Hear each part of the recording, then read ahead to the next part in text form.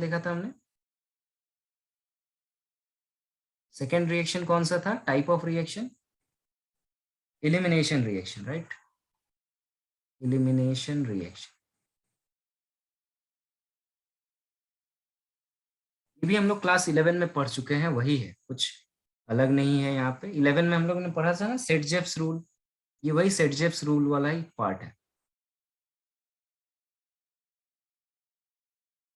सेट-जेव्स rule, सेट-जेव्स rule वाला अगर reaction याद होगा तो देखो क्या होता था, CH3 CH2 CH, suppose this is Br and this is CH3, और अगर हम लोग इसमें एल्कोहलिक KOH डाल दें, रिएजेंट बहुत इंपॉर्टेंट है, एल्कोहलिक KOH अगर डाल दें देन क्या होगा, यहां से KBr अलग हो जाएगा, K जो है वो Br को ले जाएगा, और जिस कार्बन पे Br अटैच्ड है उसका दो नेबर है, ये है नेबर नंबर 1, ये है नेबर नंबर 2, पड़ोसी। जिस कार्बन पे ब्रोमीन है उसके दो पड़ोसी हैं, एक के पास 2 हाइड्रोजन है और दो के पास 3 हाइड्रोजन है। नेबर 1 के पास 2 हाइड्रोजन है, चेक करो, नेबर 2 के पास 3 हाइड्रोजन। क्वेश्चन होता है कि इन दोनों नेबर में से किसके पास से हाइड्रोजन रिमूव होके और ये OH मिलके H2O बनेगा, इन दोनों में से किसके पास से OH रिमूव होगा? याद आ रहा है क्या था, कहां से OH रिमूव H रिमूव होता था? गरीब को और गरीब बना दो, यही ट्रिक सिखाया था हमने। गरीब कौन है, इस नेबर के पास 2 हाइड्रोजन है और इसके पास 3 हाइड्रोजन है, तो ये गरीब है। तो जो गरीब है हाइड्रोजन से, उसी से हाइड्रोजन निकालो, और जो अमीर है उसे छोड़ दो। सो यहां से 2 हाइड्रोजन था, एक हाइड्रोजन रिमूव हो गया, बचा एक हाइड्रोजन, तो ये बना देगा हमारा ब्यूट 2। यहाँ पे हमारा कौन सा लॉ अप्लाई होता है, सेट-जेव्स law. Clear?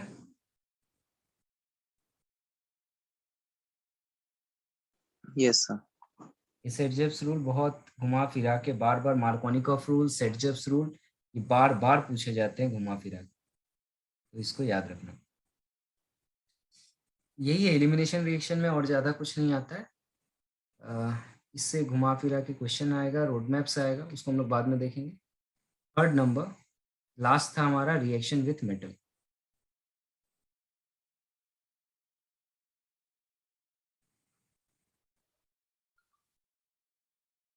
Reaction with metals. So metals के साथ इसका जो रिएक्शन होता है उसको 2-3 कैटेगरी में डिवाइड किया जाता है, ठीक है? क्योंकि ये एक वक्त यहाँ पे सोडियम या मैग्नीशियम इसको रिप्लेस करता है, और एक ऐसा भी कंपाउंड बनाता है ये, जो कि एक ऑर्गेनोमेटालिक कंपाउंड बनाता है। इसीलिए इसका 2 पार्ट होता है, ये ध्यान से सुनना। ये जो हम लोग मेन पढ़ेंगे, जो इंपॉर्टेंट चीज है वो भी हम लोग कवर कर लेते हैं। रिएक्शन विथ मेटल में जो है हम लोग पढ़ेंगे organometallic compound, organometallic compound.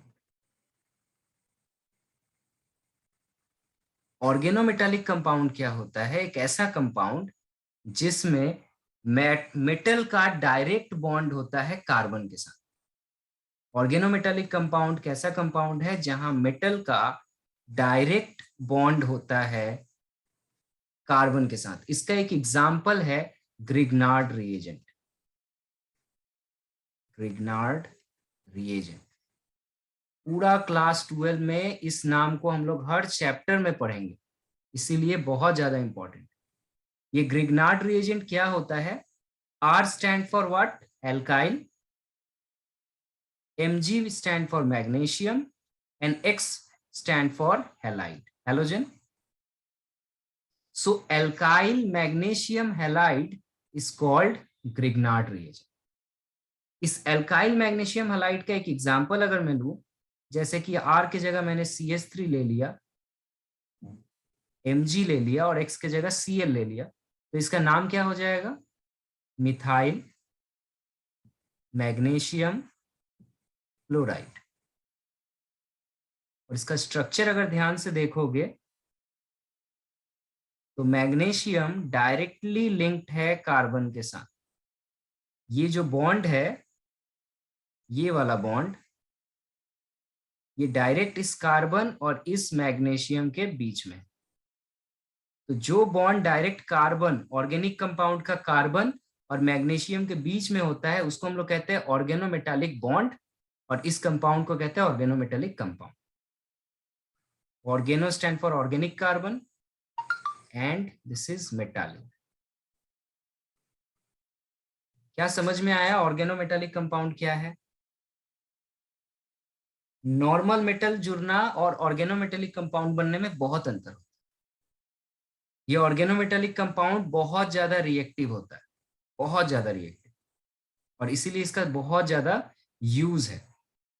Victor Grignard बोल के एक केमिस्ट थे जिन्होंने इसका खोज किया था, और इस रिएजेंट से बहुत कुछ बनाया जा सकता है।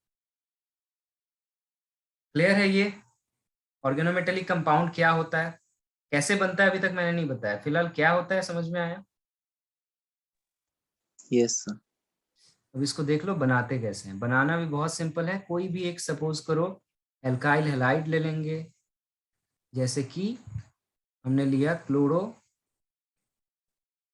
इथेन। इसमें मान लेते हैं मैग्नीशियम ले लो, और याद रखना ये ड्राई ईथर के प्रेजेंस में होना चाहिए, क्योंकि पानी के प्रेजेंस में अगर जरा सा भी इसमें वाटर हुआ ना तो ये ब्लास्ट कर जाएगा, काफी ज्यादा रिएक्टिव होता है। एकदम ड्राई ईथर के प्रेजेंस में होता है। Ether is non polar solvent, तो हम लोग यहाँ पे क्या यूज करें, एक नॉन पोलर सॉल्वेंट को यूज कर रहे हैं ड्राई स्टेट में, बिकॉज बहुत रिएक्टिव है, पोलर सॉल्वेंट नहीं ले सकते। तो ये क्या होता है, जस्ट ये मैग्नीशियम इस क्लोरीन और कार्बन के बीच में बैठ जाता है और ये एक ऑर्गेनोमेटेलिक कंपाउंड बन जाता है। इसका नाम क्या होगा बताओ इस ऑर्गेनो कंपाउंड का? ये तो एक ग्रिग्नार्ड रिएजेंट है, इसका नेम क्या होगा?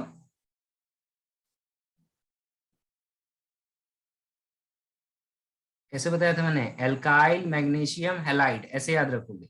एल्काइल की जगह क्या नाम है, ये दो कार्बन है तो इथाइल, Ethyl. यस मैग्नीशियम, और हैलाइड की जगह क्लोराइड। एल्काइल मैग्नीशियम हैलाइड, बस ऐसे याद रखोगे, नाम अपने आप आ जाएगा। ठीक है, इसमें नोट करना कि ये जो है हाईली रिएक्टिव होता है। नोट करने वाली बात क्या है हमारा,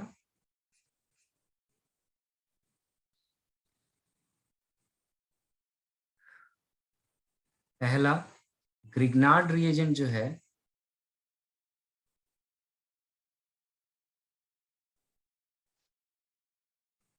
are highly reactive,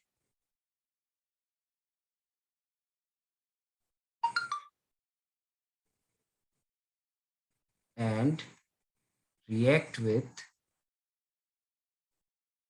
any source of proton.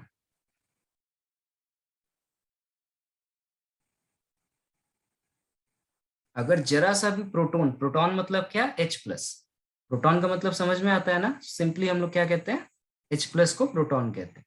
तो H प्लस का प्रोटॉन अगर कहीं भी इसको मिला तो ये उसके साथ बहुत विगोरसली रिएक्ट करता है, बहुत fast, with explosion, with heat, whatever it mean.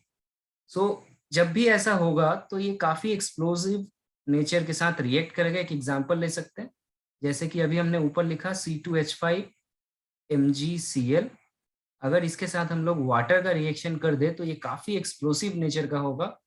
ठीक है, और क्या करेगा ये, इसमें से पूरा ये MgCl को हटा के H प्लस को अपने साथ जोड़ लेगा। कैसे देखो, मैं इसको थोड़ा सा ब्रेक करके लिख रहा हूं, इसको मैं H2O को H प्लस और OH माइनस लिख सकता हूं। ये क्या करता है ना, इसमें का ये MgCl पार्ट जो है ये OH माइनस को लेकर रिमूव हो जाता है और H प्लस इसके पास छोड़ देता है। तो ये ओवरऑल रिएक्शन हो जाएगा C2H5, सॉरी C2 क्या हो जाएगा, H6 हो जाएगा ना, C2H6 which is nothing but ethane, and ये बना देगा MgCl और OH। तो ये कभी कभार पूछता है हम लोग को कि एल्केन कैसे बनाया जा सकता है ग्रिग्नार्ड रिएजेंट से। ग्रिग्नार्ड रिएजेंट से एल्केन कैसे बनता है, तो हम ऐसे करेंगे, ठीक है। इज इट क्लियर और not?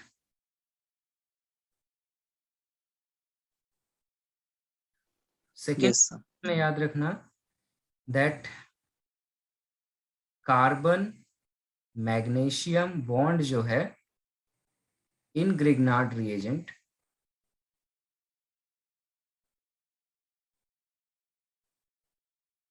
is polar in nature, or better to say highly polar, highly polar in nature. इसीलिए इसे हमेशा नॉन पोलर सॉल्वेंट में डाला जाता है। देखो घुमा फिरा के एग्जाम में क्वेश्चन पूछेगा हमसे और हमें इसका आंसर देने के लिए रेडी होना पड़ेगा। तो यहाँ क्या होता है, देखो मैग्नीशियम डेल्टा पॉजिटिव हो जाता है और हेलोजन डेल्टा नेगेटिव हो जाता है, और यहाँ पे अल्काइल ग्रुप भी डेल्टा नेगेटिव हो जाता है इसके कंपैरिजन में। तो ये दोनों बॉन्ड क्या है, हाईली पोलर हो जाते हैं, they are highly polar in nature. अगर एग्जाम में क्वेश्चन पूछा कि why Grignard reagent prepared under dry condition, क्या आंसर बोलोगे?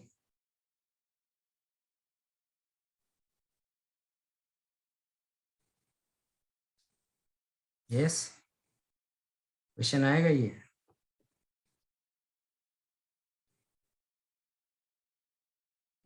बताओ, अभी अभी तो बताया मैंने।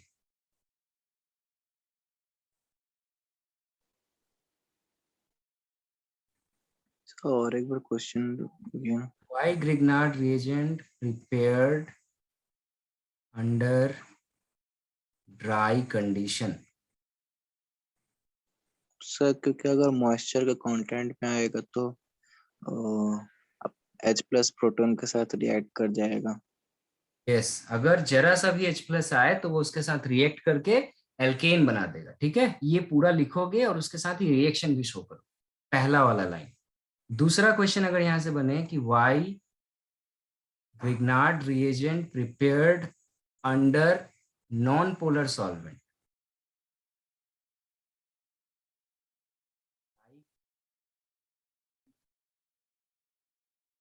तो क्या बोलोगे? अब होगा ये सेकंड वाला आंसर कि ड्राई ईथर इसलिए हम लोग यूज करते हैं क्योंकि ये हाईली पोलर नेचर का होता है। इट इज इतना ज्यादा पोलर है कि अगर दूसरा पोलर सॉल्वेंट अगर यहां मैं डालूं तो उसके साथ भी रिएक्ट कर जाएगा। क्या क्लियर हुआ? केमिकल रिएक्शंस, ठीक है। और एक रिएक्शन था मेटल के साथ, एक तो ग्रिग्नार्ड रिएजेंट होता है और दूसरा जो रिएक्शन है वो काफी फेमस है, क्लास 11 का। क्लास 11 का सबसे इंपॉर्टेंट टॉपिक में से एक था, if you remember, Wurtz reaction. Wurtz reaction किसे कहते हैं, याद आ रहा है? When symmetric alkyl halide react with sodium metal, याद आ रहा है? सिमेट्रिक एल्काइल हैलाइड, जैसे CH3Cl, इधर भी हम लेंगे CH3Cl और इसको रिएक्ट करवा देंगे किसके साथ, सोडियम मेटल के साथ। मीडियम यहां भी क्या रहता था, मीडियम यहां भी रहता था ड्राई ईथर। देन क्या होता था, याद है? ये क्लोरीन, ये सोडियम और ये क्लोरीन, ये सारे यहां से रिमूव हो जाते थे। क्या बनाते थे, 2 Na है 2 Cl, तो 2 NaCl बन जाता था और ये CH3 और ये CH3 आपस में जुड़ जाता। तो हमने लिया था क्लोरोमीथेन और हमारा बन गया इथेन। याद आ रहा है? Yes sir. इसका हमने क्या क्या पढ़ा था, इससे इंपॉर्टेंट चीज, इसमें हमने इंपॉर्टेंट चीज देखा था, इसका इंपॉर्टेंस क्या है। इसका इंपॉर्टेंस में हमने पढ़ा था to increase carbon chain, to increase carbon chain. Conversion में हम लोग कब काम में लगाएंगे, जब कार्बन चेन हमें बढ़ाना है। पेरेंट वाले जो जिससे हम बना रहे हैं ना रिएक्टेंट, उसमें एक ही कार्बन है, क्लोरोमीथेन था, और मुझे प्रोडक्ट अगर डबल चाहिए, इथेन चाहिए, तो मैं क्या करूंगा, उर्ज रिएक्शन लगा रहा हूं to increase the carbon chain, और हम लोग कह सकते हैं to double the carbon chain.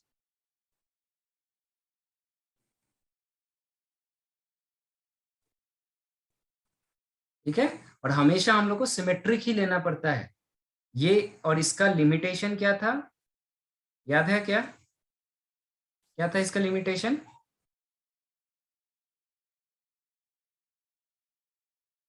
If asymmetric alkyl halide use, sorry, if asymmetric alkyl halide use, then mixture of product form।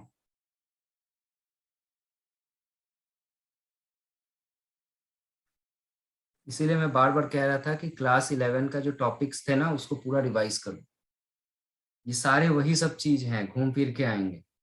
ये लिमिटेशन में मैंने पढ़ाया होगा क्लास 11 में कि अगर मान लो ऐसा हम यूज करते CH3Cl 2Na, और यहाँ पे हम क्लोरो इथेन ले लेते CH2CH3, यहाँ हमने लिया क्लोरोमीथेन, यहाँ हमने लिया क्लोरो इथेन, और इसका रिएक्शन हम अगर करते ड्राई ईथर के प्रेजेंस में, देन व्हाट, क्या होता हमारा, एनी आइडिया?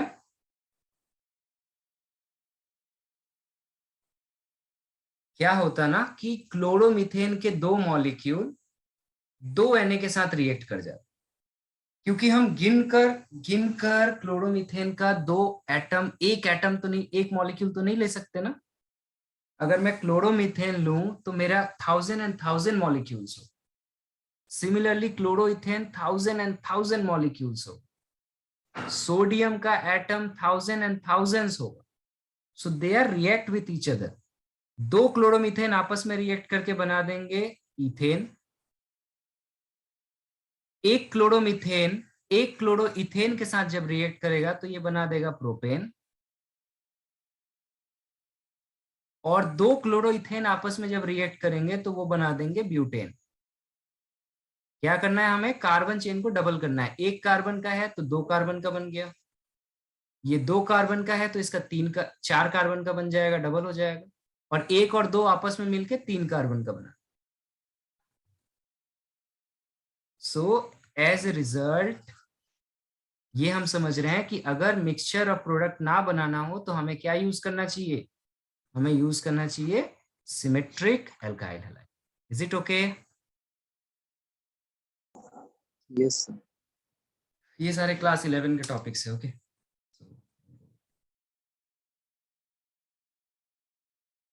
बोलो, any question so far? No sir.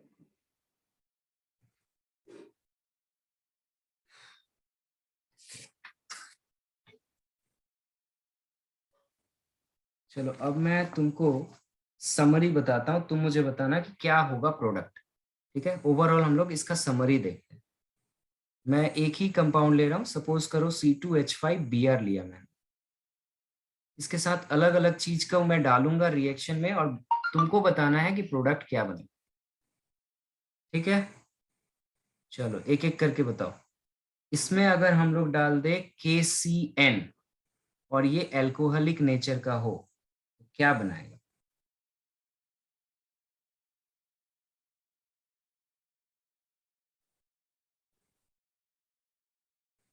KCN अगर हम डाल दे अल्कोहलिक नेचर का तो क्या बनाएगा? सर KBr फॉर्म होगा C2H5Cn। हाँ, C2H5Cn। ये किस तरह का रिएक्शन है? सब्स्टिट्यूशन, क्या है? सब्स्टिट्यूशन। ये सब्स्टिट्यूशन, न्यूक्लियोफिलिक सब्स्टिट्यूशन रिएक्शन, और इसका मैकेनिज्म SN1 होगा या SN2 होगा? ये SN2 फॉलो करेगा क्योंकि 1 डिग्री एल्काइल हैलाइड। क्या है? 1 डिग्री एल्काइल, ये SN2 मैकेनिज्म फॉलो करेगा। ऐसे ही करके हमें सीखना है। ठीक है, अब मुझे बताओ, मैं अगर इसमें सोडियम मेटल डालूं और ड्राई ईथर डालूं तो क्या बनेगा?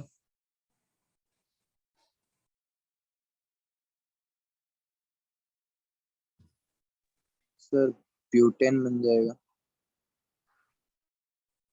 Yes, very good. So this is C2H5 linked with another C2H5 plus NaBH। और ये हमारा कौन सा रिएक्शन हो गया? वुर्ज रिएक्शन। तो ना, अपने लिए घर पे लगाने के लिए एक बड़ा सा चार्ट पेपर खरीदो, जो जो रिएक्शन हमारा कंप्लीट हो जाएगा ना उसको इस तरीके से बना लेना, एक तरफ एक रिएक्टेंट और उससे क्या बन रहा है और उस रिएक्शन का नाम क्या है, और जहां सो के उठते हो वहां पे कहीं लगा लो, सुबह उठ के इन चीजों को देखो।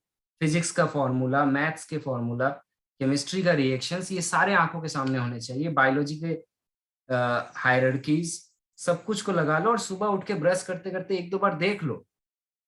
मजाक मजाक में पढ़ाई याद हो जाएगा। चलो नेक्स्ट मुझे बताओ, अगर मैं इसमें सोडियम की जगह मैग्नीशियम डाल दूं और ड्राई ईथर डाल दूं तो क्या होगा?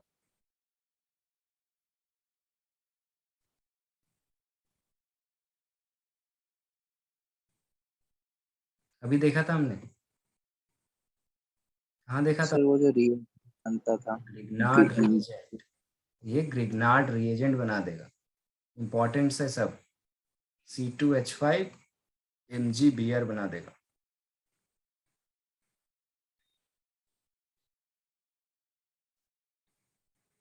ग्रिग्नार्ड रिएजेंट बना देगा। चलो अच्छा, अगर हम लोग इसमें KCN की जगह AgCN डाल दे, AgCN डाल दे अल्कोहलिक कंडीशन में, देन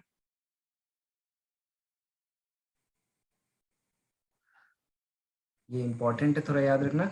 होना क्या चाहिए, जैसे KCN से CN बैठ गया था, यहाँ भी CN बैठ जाना चाहिए था, लेकिन यहाँ पे CN की जगह NC बैठता है। इसको हम लोग कहते हैं इथाइल सायोनाइड, इथाइल सायोनाइड। ठीक है, और इसको कहा जाता है इथाइल आइसोसाइनाइड, सायानाइड, सायानाइड, सायानाइड।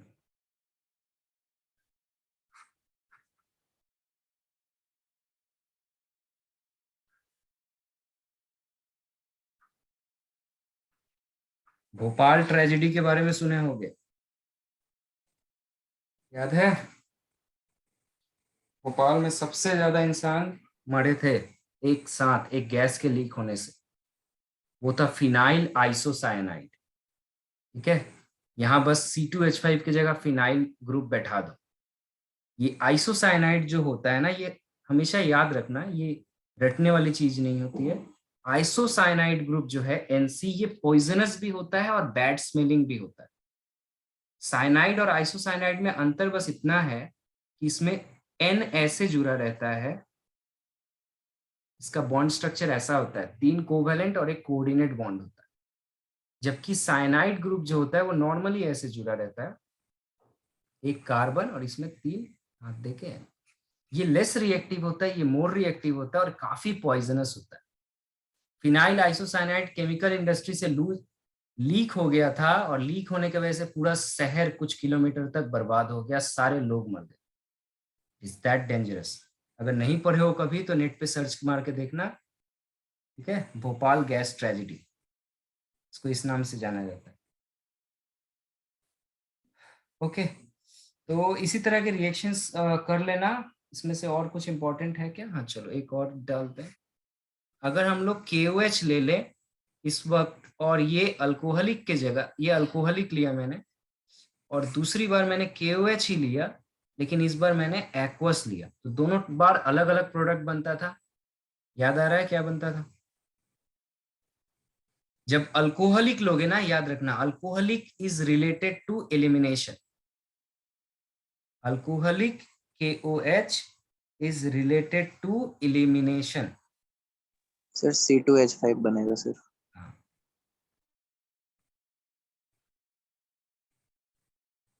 और एक्वस KOH जो होता है वो होता है फॉर सब्स्टिट्यूशन।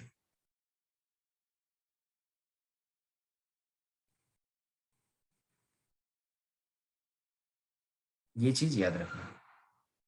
तो हमारा क्या बन जाएगा, यहाँ पर एलिमिनेशन होगा तो ये हो जाएगा CH2 डबल बॉन्ड CH2,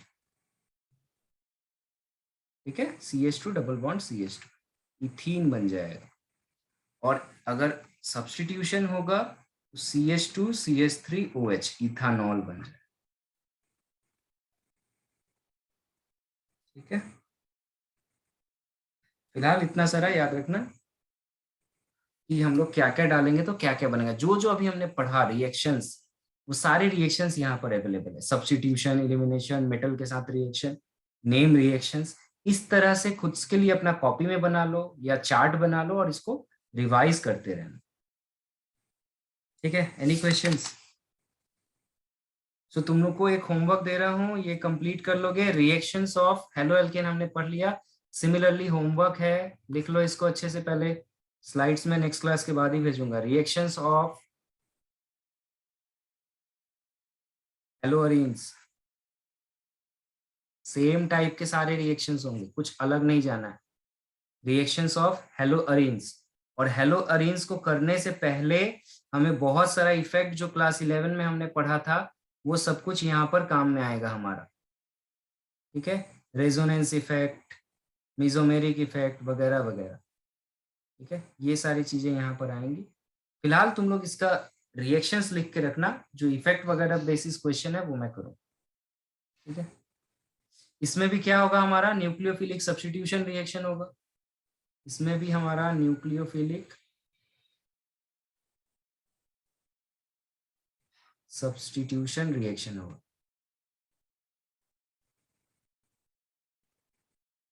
जैसे वहां कर रहे थे वैसे ही यहाँ भी होगा, यहाँ भी वैसे ही रिएक्शन होगा। एक मैं करके बताता हूँ एग्जाम्पल के तौर पे।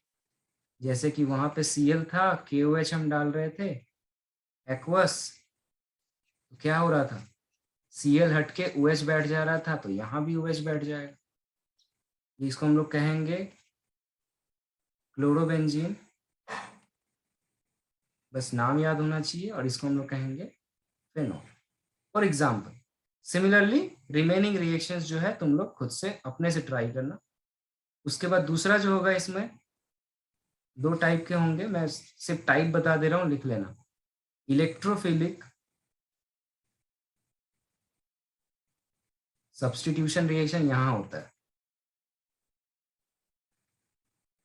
ये ना उसमें नहीं होता था, एलिफेटिक कंपाउंड में ये नहीं होता था, एल्काइल हैलाइड में नहीं होता था, इसलिए इंपॉर्टेंट है। ये यहाँ पर सिर्फ होता है।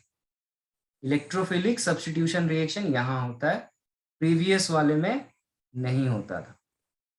इस इलेक्ट्रोफिलिक सब्स्टिट्यूशन में एक बहुत इंपॉर्टेंट नेम रिएक्शन है, फ्रीडल क्राफ्ट रिएक्शन, ठीक है। फ्रीडल क्राफ्ट्स रिएक्शन, ये पक्का लिखोगे, ठीक है। And then reaction with metal जैसा था वैसा है। रिएक्शन विथ मेटल, जैसे वहां ग्रिग्नार्ड रिएजेंट बनता था, यहां भी ग्रिग्नार्ड रिएजेंट बनता है। तो यहां तक कंप्लीट करो। अगर कोई डाउट होगा तो मुझे टेक्स्ट कर सकते हो, ओके। तो नेक्स्ट क्लास हम लोग इसका एक्सरसाइज वगैरह करेंगे और चैप्टर खत्म हो। Any questions? No sir. लेकिन ये भेजोगे मुझे, इसका स्क्रीनशॉट लो। ये रिएक्शन अपने से करके भेजना है। Okay then, good night. Thank you sir.